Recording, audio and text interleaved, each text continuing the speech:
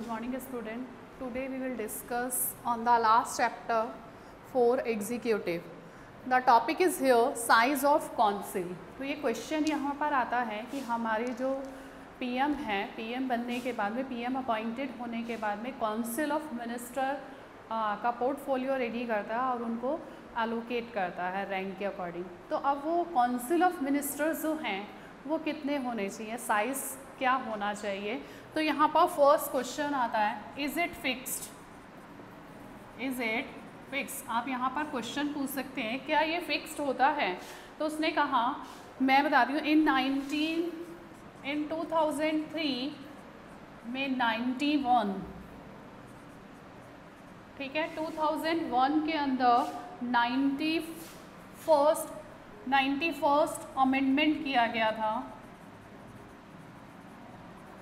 ठीक है, तो यहाँ पर हम डिस्कस कर रहे हैं council of minister, size of council of minister की. पीएम अपॉइंटेड होने के बाद में काउंसिल ऑफ मिनिस्टर जो अपॉइंटेड करता है, इज़ इट फिक्स, क्या वो फिक्स होते हैं, पता होता है कि कितने होने चाहिए.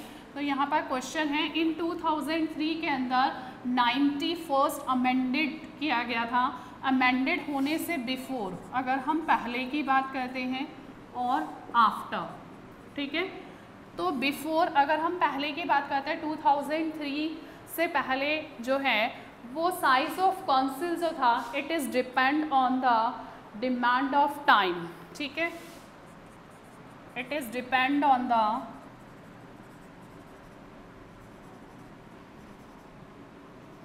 Demand of time. ये पीएम के ऊपर डिपेंड करता था कि उसको कितना रिक्वायरमेंट है. अब बहुत, इस मीन्स क्या होता है, very large size of the, कई बार प्रॉब्लम आई कि very large size of the council of minister. 2003 से पहले it is depend on the demand of time. ठीक है, पीएम पे डिपेंड करता था कि वो क्या साइज़ रखेगा, कितने अपॉइंटमेंट करेगा काउंसिल ऑफ मिनिस्टर में. इस वजह से very large size of the council of minister, जिस वजह से क्या प्रॉब्लम फेस कर रहे थे कि काउंसिल ऑफ मिनिस्टर जो थी वो लार्ज साइज में, लार्ज बहुत बड़ी हो जाती थी. उसका रीज़न था, और उसमें एक कॉलिएशन गवर्नमेंट, एक ये भी रीज़न था कि कॉलिएशन गवर्नमेंट फॉर्म की जाती थी. ठीक है, जब सिंगल पार्टी को मेजॉरिटी नहीं मिलती थी, that time coalition government form की जाती थी. इसमें temptation of ministerial position was given to member of parliament. तो वहाँ पर अट्रैक्शन था, लोगों को एक अट्रैक्ट किया जा रहा था कि आपको मिनिस्ट्रियल पोजीशंस दी जाएगी पार्लियामेंट में. ये एक रीज़न भी था कॉलिएशन गवर्नमेंट. लेकिन उसके बाद में, ठीक है, 91st, रिमेंबर रखना है कि 2000 से पहले काउंसिल ऑफ मिनिस्टर का जो साइज था, इज़ इट फिक्स, तो उसने कहा फिक्स नहीं था. It is depend on the demand of time, या it is depend on the PM पर डिपेंड करता था. इस वजह से very large size of council of minister, council of minister जो थी वो लार्ज साइज में होती थी. और उसका एक रीज़न ये भी था, कॉलिएशन गवर्नमेंट थी. तो कॉलिएशन गवर्नमेंट के अकॉर्डिंग क्या था, फॉर मेजॉरिटी, कॉलिएशन गवर्नमेंट बनानी थी. तो यहाँ पर मेजॉरिटी, फॉर मेजॉरिटी के लिए क्या करते थे कि टेम्पटेशन, ठीक है, अट्रैक्शन जो था, टेम्पटेशन ऑफ मिनिस्टर्स को एक अट्रैक्शन दिया जा रहा था कि उन्हें पार्लियामेंट में मिनिस्ट्रियल पोजीशन गिवन की जाएगी. उसके बाद 2003 के अंदर अमेंडेड किया गया, 91st अमेंडेड. ठीक है, उसके बाद क्या किया गया, काउंसिल ऑफ साइज जो था, the council of minister shall not be exceed, the council of minister shall not be 15%. ठीक है, shall not be 15% of the total members of Lok Sabha. कितना परसेंट डिसाइडेड किया गया, 15%. कि 91st अमेंडमेंट होने के बाद में काउंसिल ऑफ मिनिस्टर जो थे, it shall not be exceed 15%. किससे ज़्यादा नहीं होना, 15% से ज़्यादा नहीं होना चाहिए Lok Sabha member. It means for example देखते हैं, अगर 545 हैं 545 है तो उनका 15% अगर हम निकालते तो 82 अराउंड आता है। 82 मेंबर्स जो हैं वो काउंसिल ऑफ मिनिस्टर्स होने चाहिए। Is it clear? Size of council पहले क्या था, अमेंडमेंट से पहले it is depend on the PM पर डिपेंड करता था, टाइम डिमांड भी थी टाइम की, ठीक है। और लार्ज काउंसिल ऑफ मिनिस्टर्स वजह से बहुत बड़ी काउंसिल ऑफ मिनिस्टर्स बनती थी। और एक रीज़न ये भी था कॉलिएशन गवर्नमेंट फॉर मेजॉरिटी कॉलिएशन गवर्नमेंट के लिए क्या चाहिए थी, मेजॉरिटी और टेम्पटेशन टू मिनिस्ट्रियल पोजीशन, ठीक है। एक अट्रैक्शन था कि मिनिस्ट्रियल पोजीशंस जो है वो मेंबर्स ऑफ पार्लियामेंट में गिवन की जाएगी। आफ्टर दैट 2003 के अंदर 91st अमेंडेड जो किया गया था उसमें काउंसिल ऑफ मिनिस्टर जो थे shall not be exceed 15% of the total members of Lok Sabha. Lok Sabha क्या 15% होना चाहिए, टोटल मेंबर जो लोकसभा के उसका 15% जो है वो काउंसिल ऑफ मिनिस्टर्स होंगे। इट मीन्स अगर टोटल मेंबर 545 हैं तो उसका 15% 81 या 82 अराउंड मेंबर्स होना चाहिए। अब हम बात करते हैं ब्यूरोक्रेसी। Is it clear? अब बात करते हैं परमानेंट ब्यूरोक्रेसी।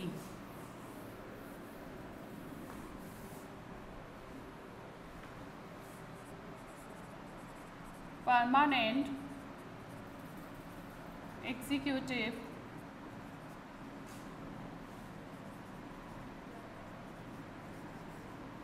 ठीक है, ये आपका टॉपिक है कि परमानेंट एग्जीक्यूटिव ब्यूरोक्रेसी। ब्यूरोक्रेसी क्या, परमानेंट एग्जीक्यूटिव ब्यूरोक्रेसी क्या होती है कि पॉलिटिकल, हमने यहाँ पर पढ़े थे कि 2 टाइप्स ऑफ एग्जीक्यूटिव होते हैं, ठीक है। एक तो होते हैं परमानेंट और एक होते हैं, मैंने शुरू में ही बताया था, नॉन परमानेंट, ठीक है। नॉन परमानेंट कौन से होते हैं? Political executive. These are called political executive. Political executive मतलब जो लोगों के थ्रू आते हैं, हम लोग जिन्हें चूज़ करते हैं रिप्रेजेंटेटिव, वो होते हैं नॉन परमानेंट। वो 5 ईयर्स के लिए फिक्स टाइम के लिए आते हैं और उसके बाद जैसे ही गवर्नमेंट जाती है दोबारा इलेक्शंस होते हैं तो वो चले जाते हैं। एक होते हैं परमानेंट एग्जीक्यूटिव जो कि चूज़ किए जाते हैं, परमानेंटली अपनी पोस्ट पर रहते हैं। अब इसमें हम बताते हैं और दोनों ही इम्पॉर्टेंट हैं, ठीक है। परमानेंट एग्जीक्यूटिव भी और non permanent executive both are importance, ठीक है। दोनों की ही इम्पॉर्टेंस है। एक लॉ बनाएगा और दूसरा उसको क्या करेगा, एग्जीक्यूट करेगा, ठीक है। तो यहाँ पर एग्जीक्यूटिव जो परमानेंट एग्जीक्यूटिव्स होते हैं उन्हें बोला जाता है सिविल सर्विसेज, ठीक है। इस ब्यूरोक्रेसी के अंदर सिविल सर्विसेज, ठीक है, वाई सिविल सर्विसेज, ठीक है। और ये ठीक है, वाइल सिविल सर्विसेज, हम इन्हें सिविल सर्विसेज क्यों बोलते हैं? तो इसका रीज़न है कि to differentiate this machinery for the military services. ये डिफरेंट है, टू डिफ्रेंशिएट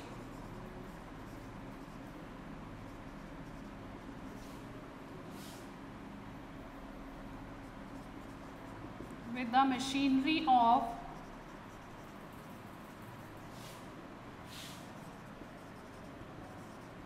military services, ठीक है। तो परमानेंट एग्जीक्यूटिव्स जो होते हैं वो सिविल सर्विसेज के अकॉर्डिंग आते हैं और वो डिफ्रेंशिएट्स होते हैं with the machinery of military services. वो मिलिट्री सर्विसेज से डिफरेंस होते हैं क्योंकि मिलिट्री भी वही वर्क कर रही है कि जो लॉ बनाए हुए हैं उनको एग्जीक्यूट करवाने का वर्क कर रही है, बट ये डिफरेंट हैं। इनको बोला जाता है कंट्री के अंदर जो सर्विसेज प्रोवाइड करवाते हैं सिविल सर्विसेज, हम इन्हें बोलते हैं सिविल सर्विसेज। अब क्वेश्चन आता है why do we need of civil services, हमें इसकी ज़रूरत क्यों पड़ी थी?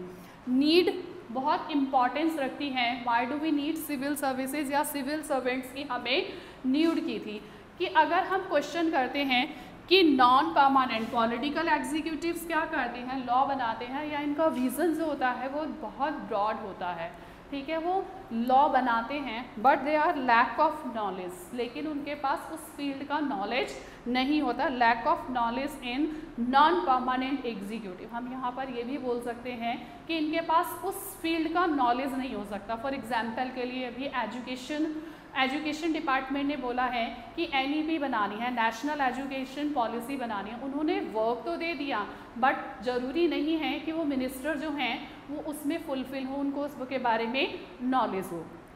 तो सिविल सर्वेंट जो हैं इज़ यूजुअली मोर एजुकेटेड। अगर मैं बताऊं कि civil servant are more educated and skilled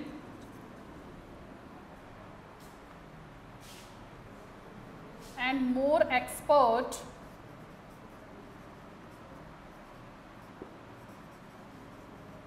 in their subject, ठीक है, in their knowledge of their subject, ठीक है। अगर हम बताते हैं, यहाँ पर मैंने बताया परमानेंट एग्जीक्यूटिव ब्यूरोक्रेसी की बात करें तो हमने एग्जीक्यूटिव 2 टाइप्स के पढ़े थे, permanent and non permanent. Non permanent में पॉलिटिकल एग्जीक्यूटिव्स आते हैं जो कि क्या करते हैं, लॉ एक फिक्स पीरियड के लिए आते हैं, जब तक गवर्नमेंट रहेगी तब तक रहेंगे, उसके बाद चले जाएंगे। बट परमानेंट एग्जीक्यूटिव्स होते हैं जो एग्जीक्यूट द लॉ को एग्जीक्यूट करते हैं बनाए हुए इनके, तो उन्हें बोलते हैं सिविल सर्विसेज के अकॉर्डिंग वो आते हैं। तो उन्हें हमें डिफ्रेंशिएट, वाई सिविल सर्विसेज, हम उन्हें सिविल सर्विसेज में काउंट क्यों करते हैं, to differentiate with the machinery of military services. हमने ये एक अलग से नेम क्यों दिया है सिविल सर्विसेज का, क्योंकि ये मिलिट्री सर्विसेज से इसे डिफ्रेंशिएट करते हैं अलग, क्योंकि मिलिट्री भी वही वर्क कर रही है कि लॉ को इम्प्लीमेंट करिए, ये भी वही वर्क कर रहे हैं, बट इन्हें एक अलग नेम और पहचान, आइडेंटिटी दी गई है। तो सिविल सर्विसेज की नीड क्यों थी, वाइल सिविल सर्विसेज हमें नीड क्यों थी, क्योंकि लैक ऑफ नॉलेज, ठीक है, lack of knowledge in non permanent executives, ठीक है। जितने भी हमारे नॉन परमानेंट एग्जीक्यूटिव्स हैं जो 5 ईयर्स के लिए आते हैं, उन्हें उस फील्ड के बारे में नॉलेज नहीं होती है। और civil servants are more educated and more expert in their subject, वो बहुत ज़्यादा एजुकेटेड भी होते हैं और अपने सब्जेक्ट्स में क्या होते हैं, एक्सपर्ट्स होते हैं। That's why we need a civil servant. अब हम इनका वर्क देखते हैं, what they do. Is it clear?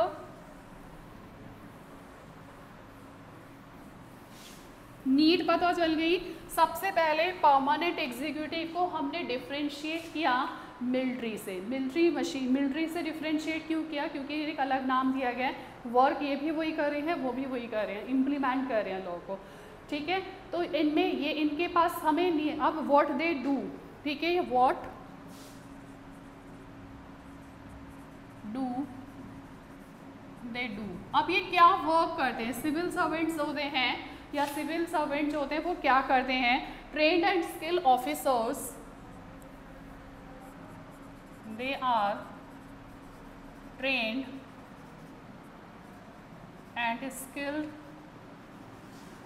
Officer who assigned, ठीक है, who are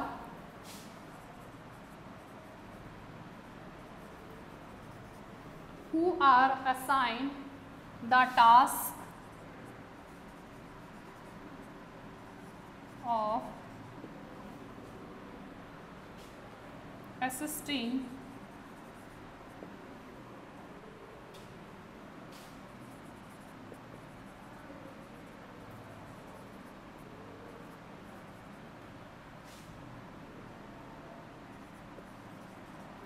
formulating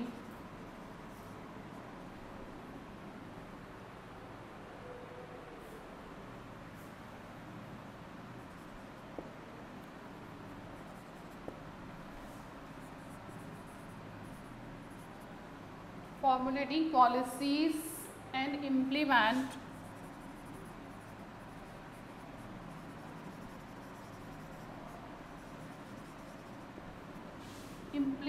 their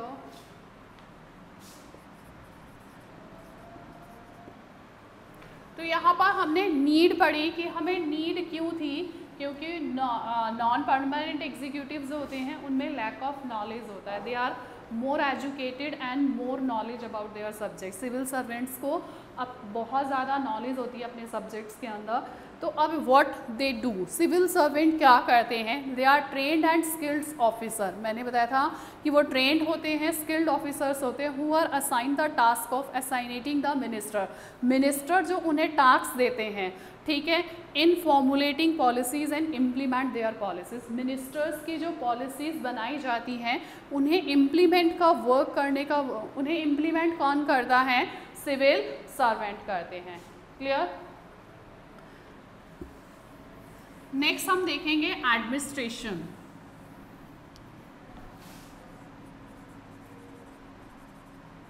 administration, administration जो है,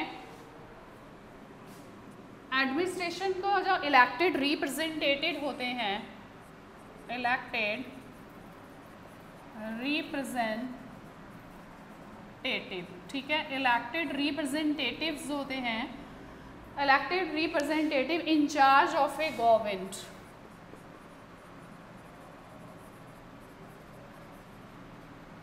they are in charge of a government. Legislature भी इसका पार्ट होता है,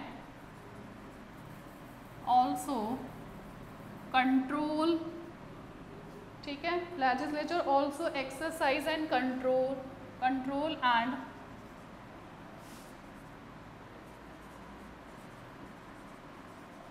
ठीक है, control and exercise over the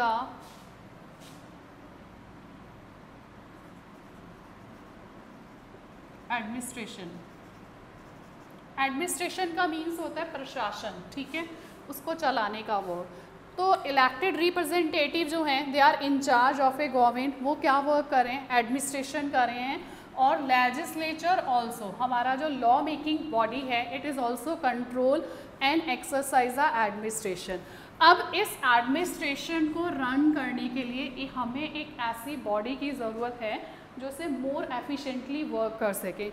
अब एडमिनिस्ट्रेशन, ठीक है, यहाँ पर भी अगर हम देखते हैं, ये भी एक देखते हैं, दोनों का एक ही वर्क है, ठीक है। Elected representative in charge of a government, वो भी वर्क एडमिनिस्ट्रेशन का वर्क कर रहे हैं। लेजिस्लेचर लॉ मेकिंग बॉडी है, control and exercise the administration, वो भी एडमिनिस्ट्रेशन को कंट्रोल भी कर रही है और चला भी रही है। तो एडमिनिस्ट्रेशन, दोनों का मोर वर्क क्या है, एडमिनिस्ट्रेशन है। और इस एडमिनिस्ट्रेशन को रन करने के लिए हमें नीड थी ब्यूरोक्रेसी, हमें एक ऐसी बॉडी की नीड थी जो उसे एफिशिएंटली रन कर सके। तो हमने इसके लिए क्या किया, तो यहाँ पर हमने बनाई ब्यूरोक्रेसी। ब्यूरोक्रेसी जो है वो दो टाइप, अब इसकी इम्पॉर्टेंस क्या है, ब्यूरोक्रेसी जो है वो कैसी होनी चाहिए, ये एक बॉडी है, ठीक है। ब्यूरोक्रेसी जो है एक बॉडी बनाई गई थी, उसे कैसे होना चाहिए, तो सबसे पहले पॉलिटिकली अकाउंटेबल। एक तो पॉलिटिकल अकाउंटेबल होने चाहिए, अकाउंटेबल मतलब आंसर रिस्पॉन्सिबल। एक होनी चाहिए पॉलिटिकली न्यूट्रल। अब आप देखेंगे तो अपोजिट लग रहा है, एक तरफ तो हम बोल रहे हैं पॉलिटिकली अकाउंटेबल होना चाहिए, दूसरी तरफ बोल रहे हैं पॉलिटिकली न्यूट्रल होनी चाहिए।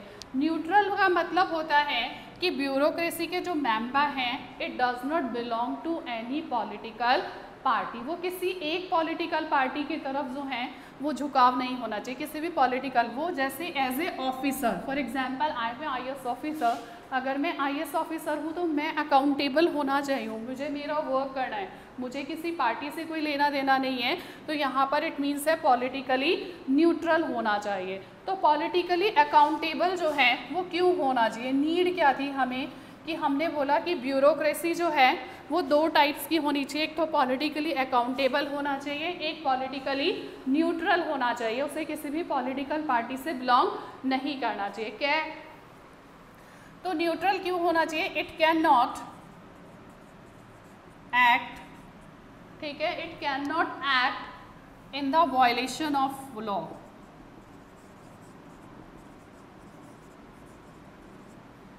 फर्स्ट, सेकेंड जो है, और क्या होना चाहिए कि रिस्पॉन्सिबल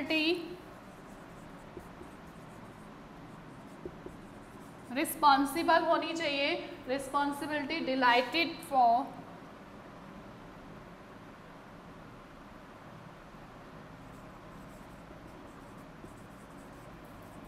डेलीगेटेड, ठीक है, रिस्पॉन्सिबल डेलीगेटेड फ्रॉम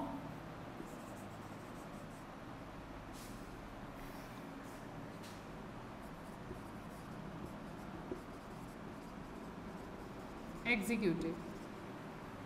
तो पॉलिटिकली अकाउंटेबल क्यों होना चाहिए? तो सबसे पहले it can not act in violation of law. ये किसने कैसे वर्क नहीं करनी चाहिए? किसी भी लॉ को वायलेटेड नहीं करनी चाहिए, अकॉर्डिंग टू लॉ वर्क करना चाहिए। It can not act in violation of law, ये वायलेशन ऑफ लॉ के अकॉर्डिंग एक्ट नहीं कर सकते, किसी भी लॉ को जो है वो वायलेटेड नहीं कर सकती। सेकेंड है कि responsibility delegated from political executive. Political executives यहाँ के थ्रू जो वर्क दिया गया है उस रिस्पॉन्सिबिलिटी को फुलफिल करने का वर्क होना चाहिए। टू वर्क इम्पार्शियलिटी, वो पॉलिटिकल न्यूट्रल का वर्क है टू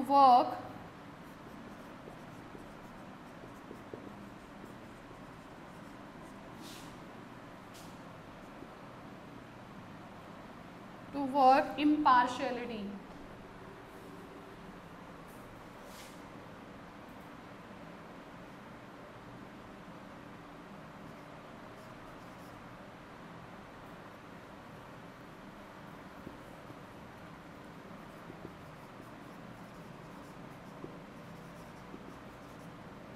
ठीक है, इम्पार्शियलिटी का मतलब कि किसी भी चीज़ में इन्वॉल्व, किसी भी पार्टी में इन्वॉल्व नहीं होनी चाहिए, इम्पार्शियलिटी से वर्क करना चाहिए। ठीक है,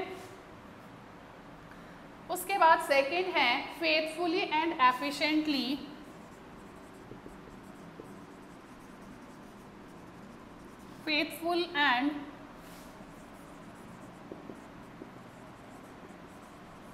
ठीक है, फेथफुल एंड एफिशिएंटली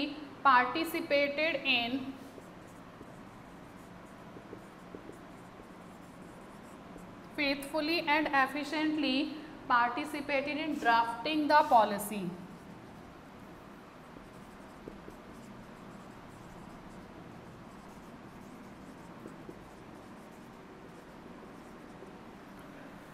तो एडमिनिस्ट्रेशन को रन करने के लिए दोनों ही इम्पॉर्टेंट, एडमिनिस्ट्रेशन को रन करने के लिए हमें एक ऐसी बॉडी की ज़रूरत थी जो उसको एफिशिएंटली वर्क कर सके। तो हमने यहाँ पर क्या बनाई? ब्यूरोक्रेसी। और ब्यूरोक्रेसी जो है उसे कैसा होना चाहिए? पॉलिटिकली अकाउंटेबल होना चाहिए और न्यूट्रल होना चाहिए। तो हमें दोनों की नीड क्यों थी? अकाउंटेबल क्यों होना चाहिए ब्यूरोक्रेसी का? तो it can not act in the violation of law, ये लॉ को वायलेटेड नहीं कर सकता। Responsibility delegated from the political executive, उन रिस्पॉन्सिबिलिटीज़ को भी फुलफिल करना चाहिए जो पॉलिटिकल एग्जीक्यूटिव्स के थ्रू दी जाती है। न्यूट्रल कैसा होना चाहिए? कि किसी भी पार्टी से बिलोंग नहीं करना चाहिए। टू वर्क इम्पार्शियलिटी, ठीक है, सबके साथ मतलब एक IAS ऑफिसर जो है, ऑफिसर रैंक पर अगर कोई वर्क कर रहा है तो वो किसी भी पार्टी से बिलोंग नहीं करना चाहिए। ठीक है, पार्शियलिटी नहीं करनी चाहिए। To work impartiality, faithfully and efficiently participated in drafting the policy. ठीक है, फेथफुली और एफिशिएंटली जो है किसी भी पॉलिसीज़ को क्या करना चाहिए? ड्राफ्टिंग करना चाहिए। अब हम बताते हैं UPSC सर्विसेज आपके बारे में आपने सुना है। यूपीएससी जो है किसी एग्ज़ाम का नाम नहीं है। ठीक है, इंडियन ब्यूरोक्रेसी, अगर हम इंडियन ब्यूरोक्रेसी की बात करते हैं, इंडियन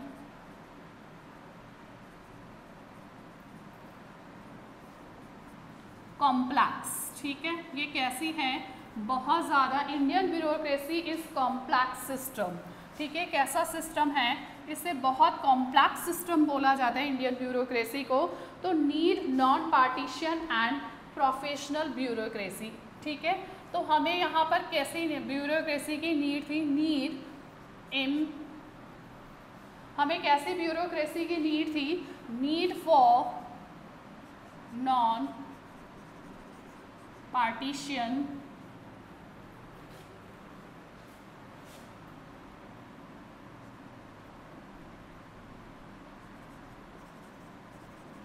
प्रोफेशनल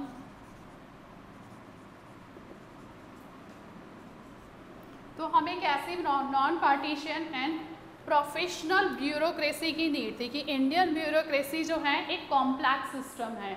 एक बहुत कॉम्प्लेक्स सिस्टम है, तो हमें कैसी ब्यूरोक्रेसी की नीड है जो नॉन पार्टीशन हो और प्रोफेशनल भी हो, ठीक है, उसमें प्रोफेशनल क्वालिटीज़ होनी चाहिए।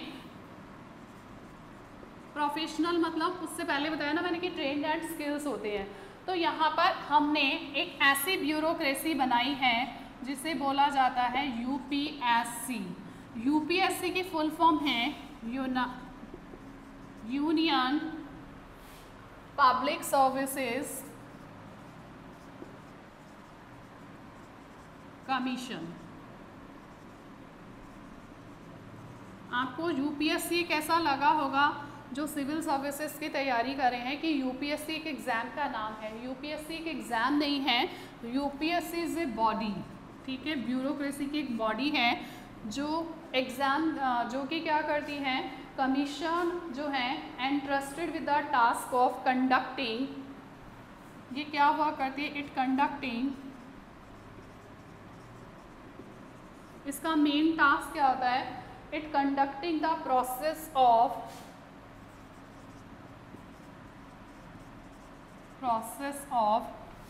Recruitment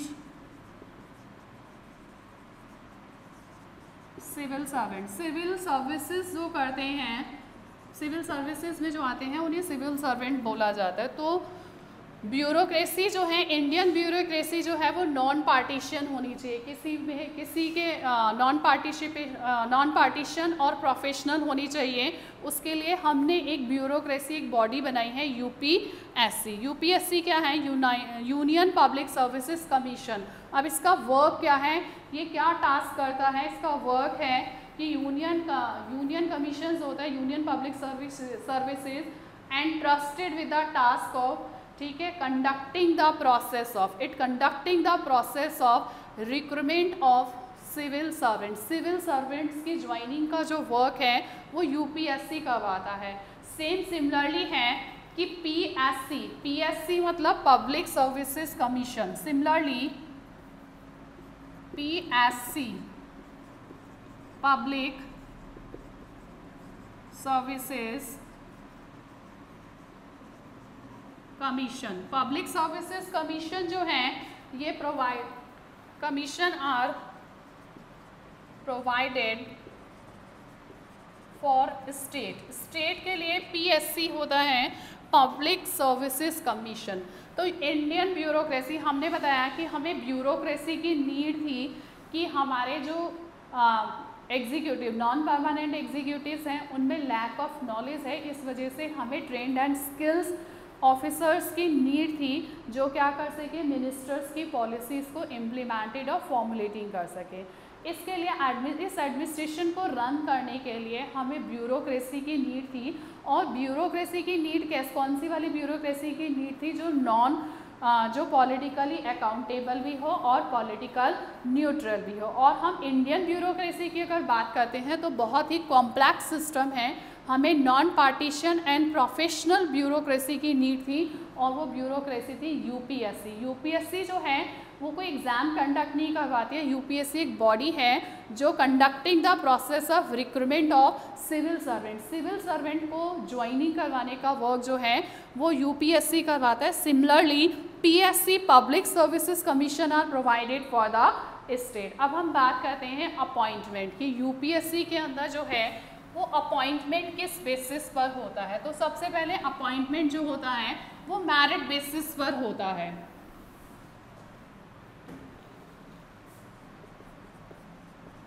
appointment of civil servants. Civil servants का जो अपॉइंटमेंट होता है वो किसके बेसिस पर होता है, सबसे पहले जो होता है select on the basis of merit.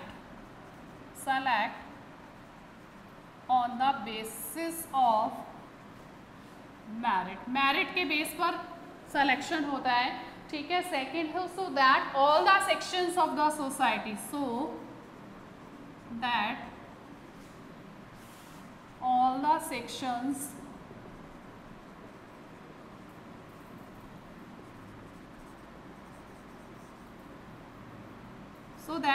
the sections of the society have society including weaker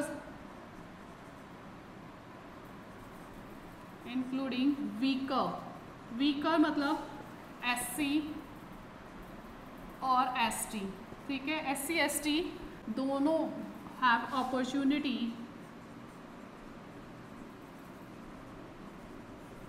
ठीक है, have opportunity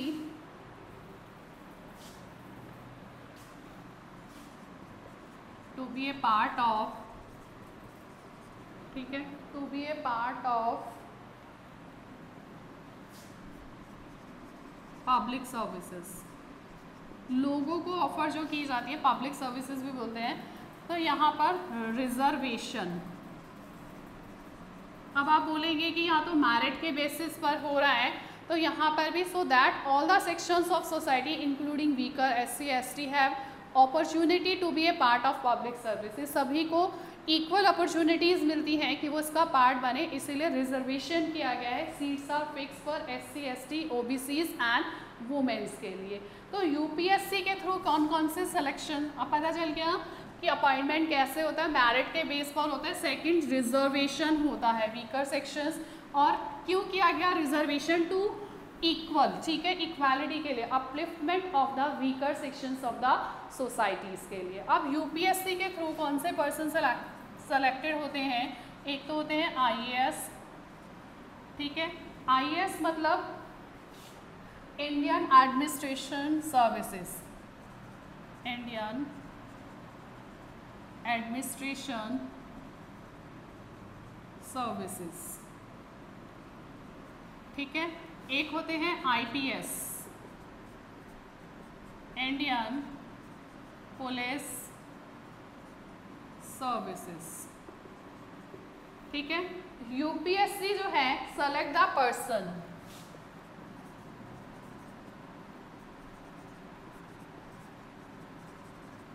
किसको सेलेक्ट किया, IAS इंडियन एडमिनिस्ट्रेशन सर्विसेज और IPS, ठीक है, इंडियन पुलिस सर्विसेज।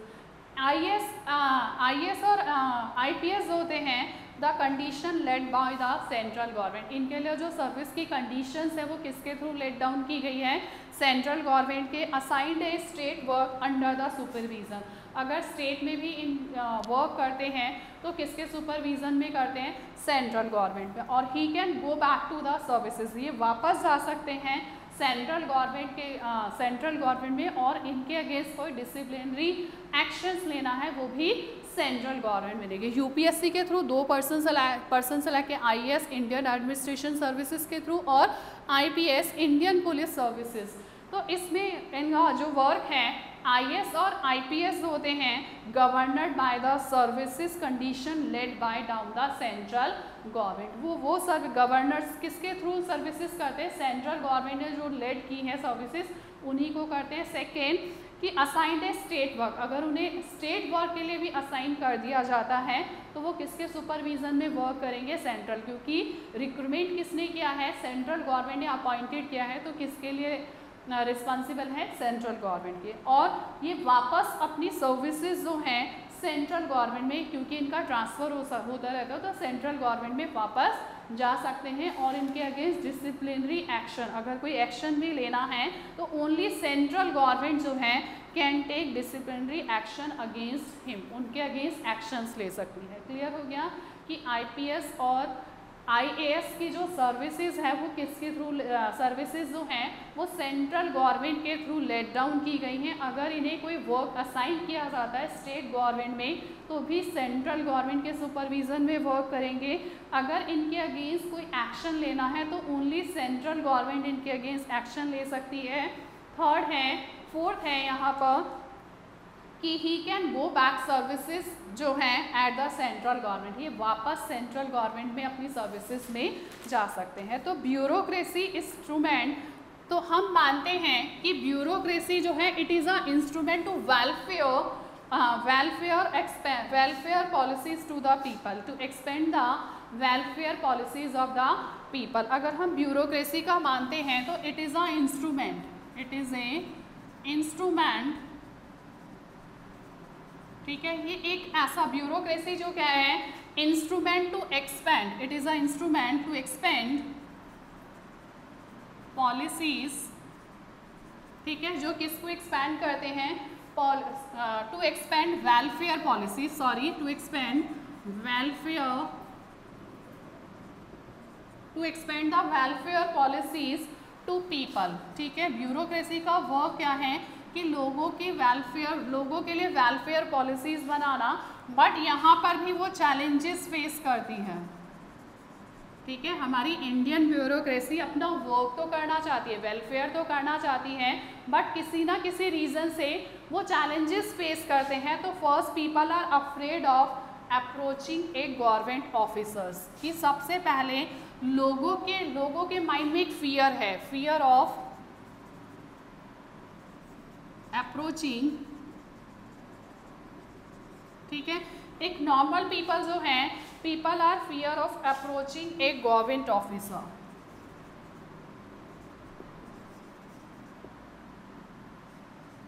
ठीक है। लोगों के माइंड में पीपल आर अफ्रेड ऑफ या फियर ऑफ, लोगों के माइंड के अंदर एक फियर है कि उनकी अप्रोच जो है वो गवर्नमेंट ऑफिसर्स तक नहीं है, क्योंकि गवर्नमेंट ऑफिसर्स अपने आप को बहुत ऊंचा मानते हैं। टू मच पॉलिटिकल इंटरफेरेंस, सबसे मेजर रीज़न क्या है कि too much political interference turns the bureaucracy into the hands of the politician, कि पॉलिटिशियंस के हैंड में है, क्योंकि पॉलिटिकल इंटरफेरेंस होता है ब्यूरोक्रेसी के अंदर। Enough provision are not there to ensure accountability to the cities, bureaucracy to the citizen, की कोई भी ऐसा प्रोसेस नहीं है, ऐसा कोई प्रोविज़न नहीं है जो ब्यूरोक्रेसी के जो मेंबर हैं उनकी अकाउंटेबिलिटी को बता सके। तो इसके लिए है एक RTI, ठीक है, ब्यूरोक्रेसी की अकाउंटेबिलिटी चेक करने के लिए RTI एक रूल बनाया गया था।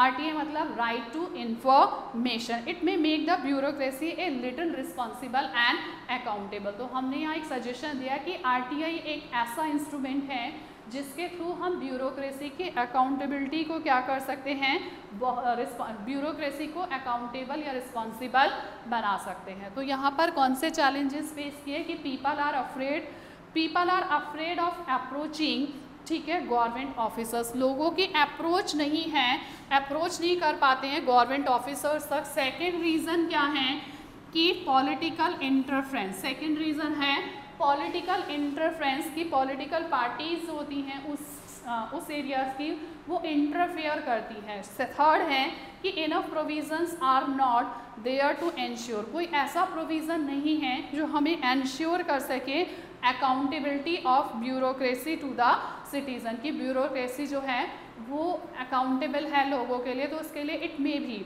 ये हो सकता है कि ब्यूरोक्रेसी को रिस्पॉन्सिबल बनाने के लिए RTI एक एक्ट आया है। RTI मतलब राइट टू इंफॉर्मेशन। हमने ब्यूरोक्रेसी के बारे में बहुत डेप्थ के अंदर पढ़ा कि ब्यूरोक्रेसी क्या होती है।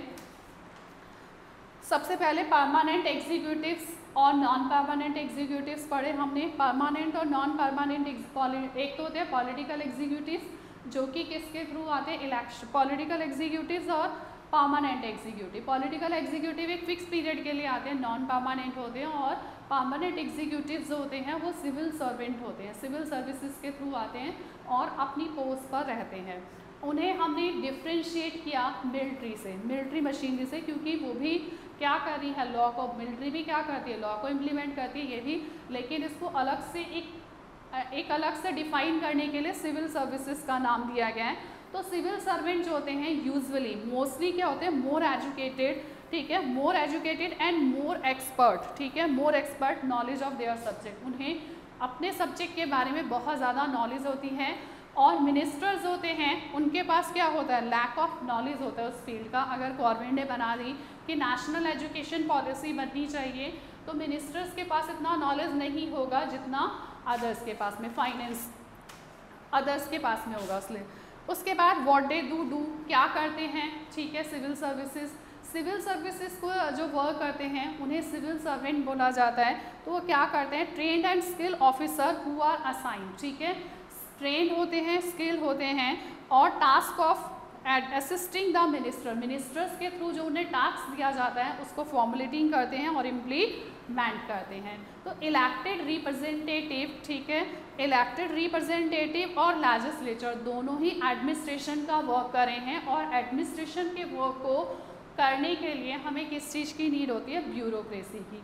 ब्यूरोक्रेसी क्या है? ब्यूरोक्रेसी जो है वो कैसी होनी चाहिए? मोर पॉलिटिकली अकाउंटेबल भी होनी चाहिए और न्यूट्रल भी होनी चाहिए। उसे किसी पॉलिटिकल पार्टी से बिलोंग नहीं होना चाहिए। न्यूट्रल का मीन्स किसी भी पॉलिटिकल पार्टी से बिलोंग नहीं करनी चाहिए। पॉलिटिकली अकाउंटेबल की ज़रूरत क्या है? क्योंकि वो किसी भी लॉ को वॉयलेटेड नहीं कर सकते हैं, रिस्पॉन्सिबल होते हैं। जो वर्क उन्हें पॉलिटिकल एग्जीक्यूटिव्स के थ्रू जो वर्क दिया जाता है उसको फुलफिल करते हैं, ठीक है। पॉलिटिकल न्यूट्रल क्या होता है कि इम्पार्शली वर्क, इम्पार्शलिटी वर्क करना चाहिए, इम्पार्शलिटी से वर्क करना चाहिए, टू वर्क इम्पार्शली, ठीक है। किसी भी पार्टी से बिलोंग नहीं, पार्टीशनशिप में इन्वॉल्व नहीं होना चाहिए उनको। सेकेंड है फेथफुल एंड एफिशिएंटली, ठीक है। न्यूट्रल कब होंगे? जब वो फेथफुली और एफिशिएंटली पार्टिसिपेट करेंगे, ड्राफ्टिंग करेंगे, फॉर्मुलेटिंग करेंगे पॉलिसीज़ को। तो इंडियन ब्यूरोक्रेसी की, हमने इंडियन ब्यूरोक्रेसी की बात करते हैं तो इंडियन ब्यूरोक्रेसी एक कॉम्प्लेक्स है। तो हमें इंडियन ब्यूरोक्रेसी के अंदर प्रोफेशनल और नॉन पार्टीशंस मेंबर्स की ज़रूरत थी। उसके लिए यूपीएससी जो है एक बॉडी बनाई गई जो ब्यूरोक्रेसी का रिक्रूटमेंट, ठीक है, वहाँ पर सिविल सर्वेंट को जो है अपॉइंटेड कर दी एग्जाम के थ्रू। तो इसी तरह स्टेट की बात करते हैं तो स्टेट में पब्लिक सर्विसेज कमीशन होता है, इनका अपॉइंटमेंट जो है वो मेरिट के बेस पे होता है, ठीक है। यूपीएससी एग्जाम कंडक्ट करवाती है तो मेरिट के बेस पर सिविल सर्वेंट जो है वो अपॉइंटेड करती है। इसमें सीट्स रिजर्वेशन का प्रोविज़न भी है to upliftment of the weaker sections of the society, वहाँ पर सीट्स रिजर्व की गई हैं। यूपीएससी जो है वो पर्सन्स को सेलेक्ट करती है, ठीक है। इसमें आईएएस और आईपीएस जो है सिलेक्शन किया जाता है। They are governed by the service condition, ठीक है। आईएएस और आईपीएस के लिए जो सर्विस कंडीशंस लेट डाउन की गई हैं वो सेंट्रल गवर्नमेंट के अकॉर्डिंग लेट डाउन की गई हैं, ठीक है। सेकंड है, अगर उन्हें असाइन किया जाता है, स्टेट का वर्क भी असाइन किया जाता है तो सेंट्रल गवर्नमेंट उनका सुपरविजन कर सकती है। However they can go back, ठीक है, वो गो बैक भी, वो वापस भी सेंट्रल गवर्नमेंट की सर्विसेज में जा सकते हैं और उनके अगेंस्ट कोई एक्शन लेना है तो ओनली सेंट्रल गवर्नमेंट ही उनके अगेंस्ट एक्शंस ले सकती है। तो ब्यूरोक्रेसी जो है इट इज़ अ इंस्ट्रूमेंट, ये एक टाइप का इंस्ट्रूमेंट है to expand welfare policies for the people, जो लोगों के वेलफेयर के लिए पॉलिसीज़ बनाती है। लेकिन अपना वर्क करने के लिए अगर ऑफिसर आईपीएस ये जो सिविल सर्वेंट है अपना वर्क जो है वो करना भी चाहते हैं, वेलफेयर करना भी चाहते हैं, तो उनके सामने चैलेंजेस होते हैं। सबसे पहले कि ऑर्डिनरी पीपल्स जो होते हैं उनकी अप्रोच नहीं होती है गवर्नमेंट ऑफिसर्स तक, ठीक है। उनके माइंड में एक अफ्रेड, एक डर होता है कि पॉलिटिकल ऑफिसर्स तक उनकी अप्रोच नहीं है। और सेकंड मोस्ट इम्पॉर्टेंट रीज़न क्या है? पॉलिटिकल इंटरफेरेंस, ठीक है।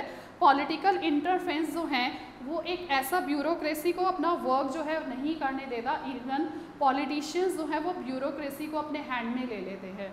तो हम चाहते हैं कि इनफ प्रोविज़न आर नॉट, कोई भी ऐसा प्रोविज़न नहीं है जो उनकी अकाउंटेबिलिटी को इंश्योर करे। इसके लिए इट में भी हो सकता है कि ब्यूरोक्रेसी को लिटिल अकाउंटेबल बनाने के लिए आरटीआई एक ऐसा इंस्ट्रूमेंट है जिसकी वजह से ब्यूरोक्रेसी जो है वो अकाउंटेबल और रिस्पॉन्सिबल बन सकते हैं। आरटीआई जिसको आप पहले 10th क्लास में पढ़ चुके हैं, right to information. Thank you. Last topic है आपका